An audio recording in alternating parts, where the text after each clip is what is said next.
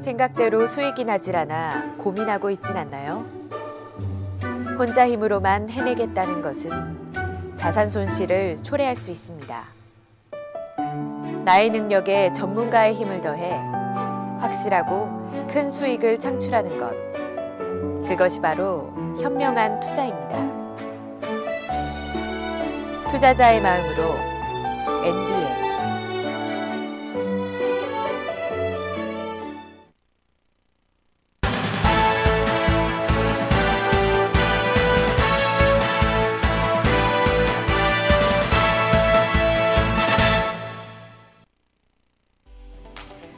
(1월 18일) 이 시각 주요 뉴스입니다.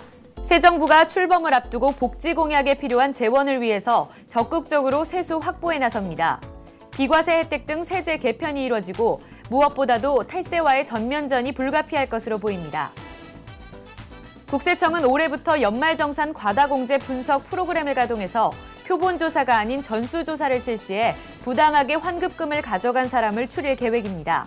자칫 과다공제를 받으면 환급액을 토해내거나 가산세를 물 수 있습니다. 지난해 신규 등록 차량이 154만여 대로 2008년 글로벌 금융위기 이후 처음으로 감소했습니다. 그런데 국산차 신규 등록은 감소한 반면 수입차는 두 자릿수 증가율을 나타내는 이상 대조가 나타났습니다. 작년 서울 아파트값이 1998년 위기 이후 가장 많이 떨어졌습니다. 지역별로는 한강 이남 11개구 아파트값이 5.1%, 이북 14개구가 3.7% 떨어졌습니다. 시청자 여러분 안녕하십니까? 1월 18일 NBN 뉴스 시작합니다. 첫 번째 소식입니다. 박근혜 대통령 당선인이 내세운 각종 복지 공약의 원활한 이행을 위해 정부가 세수 확보에 본격적으로 나섭니다. 비과세 혜택 폐지 등 각종 세제 개편을 검토하고 있고 무엇보다도 탈세와의 전면전이 불가피할 것으로 보입니다. 지난 13일 인수위의 업무 보고 자리에서 국세청은 고리대부업 등 지하경제 자금을 제도권으로 흡수시키는 한편 특히 가짜 휘발유 문제와 변호사 등 고소득자 탈루 방지 등을 주요 핵심 과제로 선정해 보고했습니다. 아울러 효과적인 세수 확보를 위해 존속 여부를 놓고 논란이 돼왔던 서울지방청 조사 4국을 폐지하는 대신 1국에서 3국을 확대 개편하고 국제조사 분야에 대한 관리 기능을 보강하는 등 비교적 상세하게 보고한 것으로 알려졌습니다. 13월에 월급이라 불리는 연말정산이 시작됐습니다. 그런데 많이 받는 것도 좋지만 정확하게 받는 것이 더 중요할 것 같습니다. 자칫 과다공제를 받으면 가산세를 물 수 있습니다. 국세청은 올해부터 연말정산 과다공제 분석 프로그램을 가동해 표본조사가 아닌 전수조사를 한다고 밝혔습니다. 고의로 과다공제를 받은 근로자를 선별하기 위해서입니다. 허위 영수증 등으로 공제를 받은 근로자는 최고 54%의 신고 불성실 가산세와 과소신고 가산세 40%를 물게 됩니다. 또 과거 연말정산까지 점검받을 수 있습니다. 국세청은 지난해 과다공제자 3만 8천여 명을 적발하고 293억 원을 추징했습니다. 국세청은 근로소득이나 양도소득 등 합계액이 100만 원이 넘는 부양가족은 기본 공제 대상이 안 된다고 밝혔고 공제 대상이 아닌 부양가족의 보험료나 교육비, 기부금 등의 사용액도 공제가 불가능하다고 설명했습니다. 지난해 신규 등록 차량이 154만여 대로 2008년 글로벌 금융위기 이후 가장 최저치로 떨어졌습니다. 그런데 국산차 신규 등록은 감소한 반면 수입차는 큰 폭으로 증가했습니다. 국토해양부는 지난해 신규 등록 차량이 154만 2,837대로 전년보다 3.1% 감소했다고 밝혔습니다. 2008년 글로벌 금융위기 이후 신규 등록이 이처럼 감소한 것은 처음입니다. 그런데 신규 등록 가운데 국산차는 140만 3,656대로 5.1% 감소한 반면 수입차는 13만 9,181대로 22.3% 증가했습니다.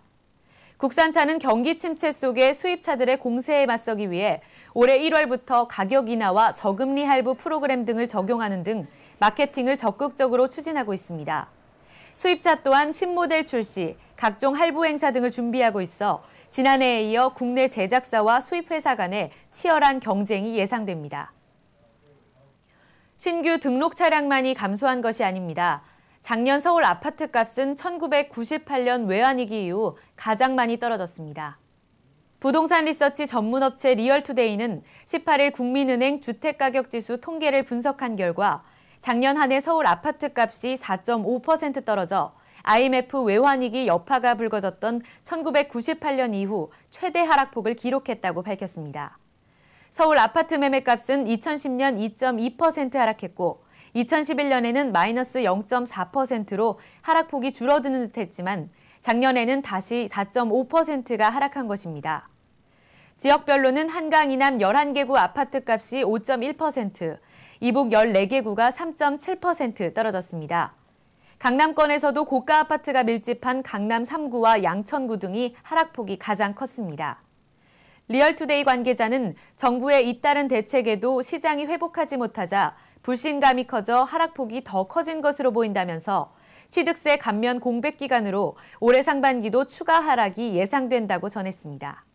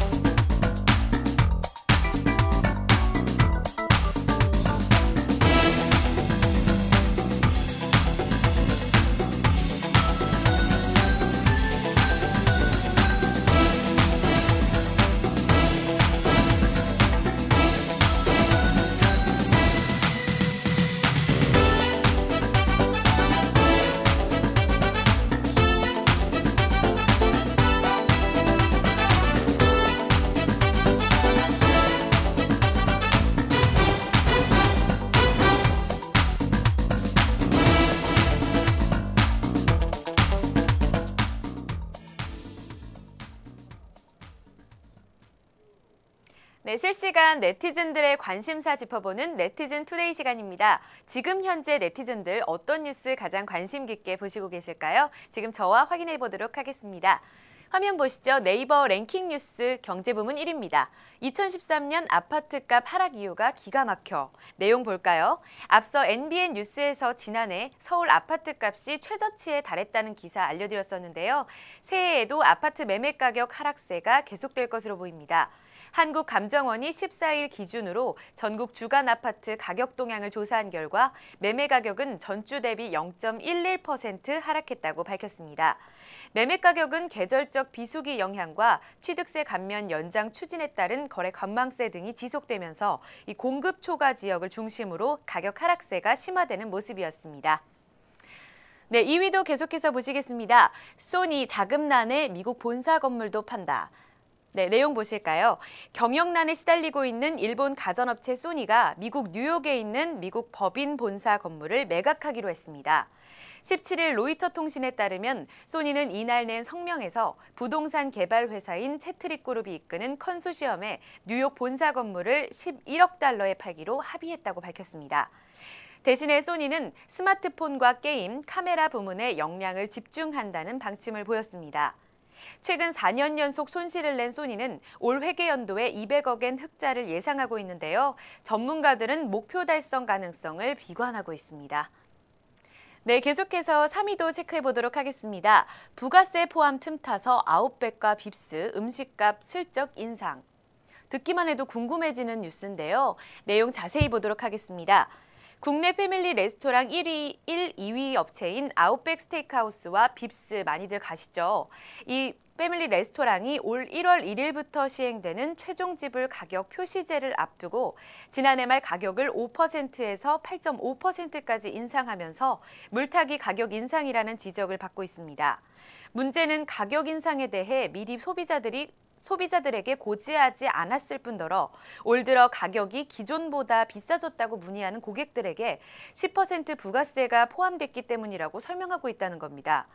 이런 설명을 들은 소비자들은 단순히 부가세 10%가 포함돼서 가격 표기만 달라졌다고 여길 수 있죠. 소비자들을 우롱하고 있는 논란이 충분히 더 일어날 수 있을 것 같습니다. 랭킹 뉴스에서 3위에 차지하고 있는 만큼 논란이 더 커질 수도 있으니 주의하시기 바랍니다. 네, 계속해서 순위 내려서 보시겠습니다. 6위, 의사도 안 권하는 사냥 분유, 값은 2배. 프리미엄 제품 다 아실 텐데요. 이 프리미엄에 허상이 있다고 합니다. 일반 제품보다 고급 기능을 갖췄다는 소위 프리미엄 제품. 효과는 별로이고 가격만 비싸다는 논란 끊이지 않고 있는데요. 특히 분유와 같은 식품의 경우 특정 성분을 강화해서 건강에 좋다는 이유로 소비자들을 유인하는데 실제 효과에 대해서는 전문가들조차 의문을 제기하고 있습니다. 일례로 11개월 된 아기를 둔 소비자는 소아과에 갔는데요. 사냥 분유를 먹이고 있다 했더니 담당 의사가 비타민과 철분이 부족하니 일반 분유를 먹여라 라는 의외의 답변을 들었습니다. 정말 깜짝 놀랄만 하죠. 그런데 문제는 업체들의 적극적인 홍보 때문에 사냥 분유 소비는 늘고 있는 추세입니다. 의사들은 아직 효과가 입증되지 않았다며 추천하지 않는다는 의견이 우세한데요. 소비자들께서는 충분히 고려해 볼 만한 부분인 것 같습니다. 네, 계속해서 제목만 체크해 보도록 하겠습니다. 7위에는 파리 바게트만 총부리, 협회권 이권 때문에 주장하고 있다는 소식 올라와 있고요. 8위에는 어제도 체크해드린 내용인데요. 새 정부 뜨거운 감자로 올라와 있는 종교인 과세, 과연 도입할까? 이 부분 이런 뉴스 올라와 있습니다. 9위에는 매물로 나온 웅진식품, 농심이 주인되나? 모두들 다 궁금해하시는 내용 9위에 올라와 있습니다. 12위에는 연봉 8천만 원, 50대 대기업 부장, 현재 재산은? 이런 기사 올라와 있고요. 13위에는 영광원전 3, 4호기, 증기발생기 결함되면서 심각 수준에 달해 있다. 이런 기사도 올라와 있습니다. 14위에는 우리 신라면이 미국의 월마트를 뚫었다. 이런 기사도 올라와 있는데요. 반가운 뉴스입니다. 15위는요. 계속해서 엔화 약세 계속되고 있는데요. 일본의 엔화 급락에 경제 악영향, 우려 분출되고 있다. 이런 소식도 올라와 있습니다. 네, 순위 다 체크해봤습니다. 네티즌 투데이까지 살펴봤는데요. 1월 18일 NBN 뉴스 저희가 준비한 소식 여기까지입니다. 즐거운 주말 보내시고요. 저는 월요일에 다시 찾아뵙도록 하겠습니다. 함께해 주셔서 고맙습니다.